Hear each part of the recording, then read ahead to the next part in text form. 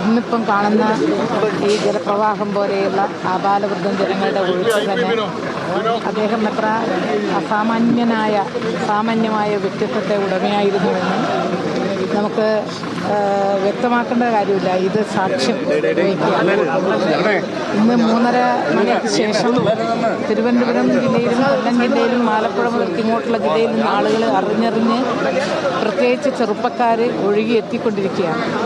കഴിഞ്ഞ 6-7 വർഷമായിട്ട് അദ്ദേഹം കിടപ്പിലാണെങ്കിൽ പോലും അദ്ദേഹം ജനങ്ങൾക്കുള്ളിൽ മനസ്സിനുള്ളിൽ ജീവിച്ചിരിക്കുന്നു എന്നുള്ളതിൻ്റെ ഏറ്റവും വലിയ സാക്ഷ്യമാണ് ഈ ഒരു ജനപ്രവാഹം.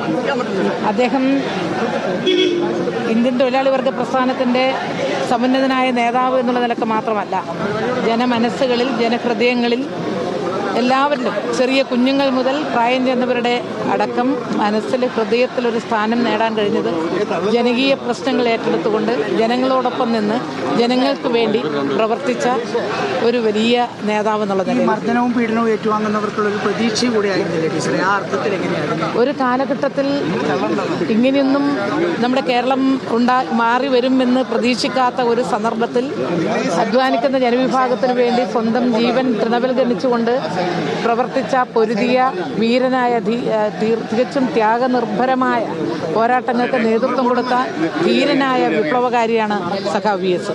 സഖാവ് വി എസിന് സമം സഖാവ് വി എസ് മാത്രം. വലിയ നഷ്ടമാണ്. അദ്ദേഹം ജീവിച്ചിരിക്കുന്നുണ്ടായിരുന്നെങ്കിൽ നമുക്ക് അദ്ദേഹത്തിൻ്റെ നിലപാടുകൾ എന്തൊക്കെയായിരിക്കുമെന്ന് നമുക്ക് പറയാൻ കഴിയുമായിരുന്നില്ല.